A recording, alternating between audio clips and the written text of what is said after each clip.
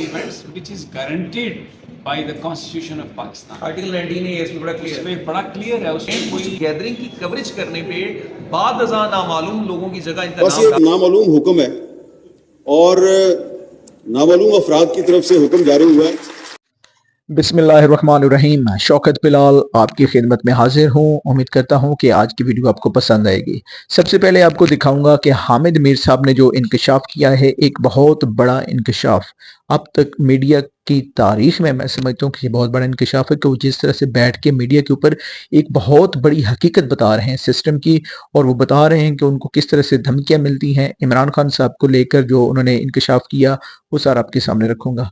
दूसरे नंबर पे आपके सामने रखूंगा कि समी इब्राहिम साहब, जी हाँ, मशहूर एंकर पर्सन है वो भी, उनकी एक आज बेल में हम पेश हुए। मेरे जो उस्ताद मोहतरम है Muhammad Faisal Malik, advocate Supreme Court, उन्होंने उनकी ज़मानत कबल गिरफ्तारी जो है वो इंटरिम बेल ली है from the honourable anti terrorism court Rawalpindi.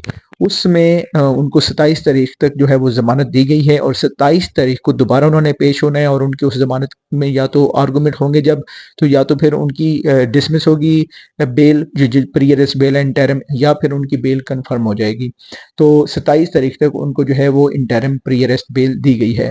तो आज की इस मुख्तसर वीडियो में दो चीज़ें आपके सामने रखने जा रहा हूँ, एक समी इब्राहिम साहब और दूसरा हामिद मीर साहब की कुछ वीडियोस। समी इब्राहिम साहब ने हमें वहाँ पर जो है मीडिया को इंटरव्यू दिया, तो उनकी एक वीडियो हमने रिकॉर्ड की, वो भी आपके सामने रखेंगे। और साथ ही उनके वकील Muhammad Faisal Malik, advocate Supreme Court, वो भी वहाँ पर मौजूद थे और उन्होंने भी जो है वहाँ पर गुफ्तगू की है और केस की डिटेल्स बताई हैं। तो ये केस आपको शॉर्टली बताता चलूँ। ये केस ये है कि समी इब्राहिम साहब जो लियाकत बाग पर पीटीआई ने एक एहतजाज की कॉल दी थी और जलसे की कॉल दी थी, उस जलसे को कवर करने के लिए समी इब्राहिम साहब वहाँ पर मौजूद थे। और उसमें क्या होता है, वो वहाँ पर कवरेज करते हैं, और उसके बाद जब कवरेज होती है तो उस कवरेज की बुनियाद पर कि जी इन्होंने उकसाया लोगों को वहाँ पर और इनकी वजह से वहाँ पर ये सारा जो एहतजाज हुआ है वो हुआ है, तो उनका नाम इस एफआईआर में, थाना सिटी की एफआईआर में डाल दिया गया। तो अब उन्होंने उस एफआईआर में जो है वो interim pre arrest bell confirm करवा ली है। सॉरी, कंफर्म नहीं हुई, इंटरिम प्री अरेस्ट बेल ले ली है और ये कंफर्म होगी 27 को। तो ये वीडियो मुलाहिजा फरमाएं। सबसे पहले समी इब्राहिम साहब का इंटरव्यू मुलाहिजा फरमाएं, उसके बाद आपको हामिद मीर साहब की वीडियो दिखाएंगे। बहुत शुक्रिया। डाला गया और समी इब्राहिम साहब की उसमें जमानत जज साहब ने इंटरिम बेल दे दी है। और अफसोसनाक बात यह है कि समी इब्राहिम साहब एक गैदरिंग थी पॉलिटिकल पार्टी की, उस गैदरिंग को कवर कर रहे थे। जर्नलिस्ट हैं, ये इनका ओढ़ना बिछोना है। आप इधर आप कवरेज कर रहे हैं तो क्या आप एफआईआर होनी चाहिए? इंतहाई अफसोसनाक बात है। ये मेलिशियस है, बेसलेस है, कंकॉक्टेड है, और इस तरह की एफआईआर दर्ज करके और इस तरह की एफआईआर में इस तरह के लोगों को डाल के जो अपना काम कर रहे हैं, ये अपने आप को खुद एक्सपोज कर रहे हैं। तो ये इंतहाई अफसोसनाक बात है। समी साहब का किसी भी जुर्म से कोई लेना देना ही नहीं है। वो जो गैदरिंग थी जिसको वो जुर्म कह रहे हैं, उस गैदरिंग की कवरेज करने पे बाद अज़ां नामालूम लोगों की जगह इनका नाम डाला गया, जो इंतहाई अफसोसनाक है। और हमें उम्मीद है हमें अदालत से इंसाफ मिलेगा। बेल कब तक है और कितने के बचत हुआ? जी, बेल का 1 लाख का चल गया, 27 तक बेल है। Thank you. बस फैसल साहब ने कह दिया बड़ा ज़बरदस्त, और इंशाल्लाह ये हक सच की लड़ाई है, लड़ते रहेंगे। हम तो जर्नलिस्ट हैं, हमारा काम सिर्फ चीज़ों को रिपोर्ट करना है। We don't create events, we simply report events which is guaranteed by the Constitution of Pakistan. Article 19 है इसमें बड़ा क्लियर इसमें बड़ा क्लियर है। उसमें कोई मेरा अगर रूल ऑफ लॉ हो तो मैं समझता हूँ जिन लोगों ने इम्प्लीकेट किया है, जिन लोगों ने नामालूम अफराद में मेरा नाम डाला है, उन्होंने बेसिकली आज़ादी इज़हार राय पर हमला किया, तो कोर्ट को तो उन्हें प्रोसिक्यूट करना चाहिए। हम लोग तो we are simply reporters and we just report the events. Pakistan की किसी अदालत ने पाकिस्तान के मीडिया को यह हुक्म नहीं दिया कि आपने कैदी नंबर 804 का नाम और तस्वीर नशर नहीं करनी।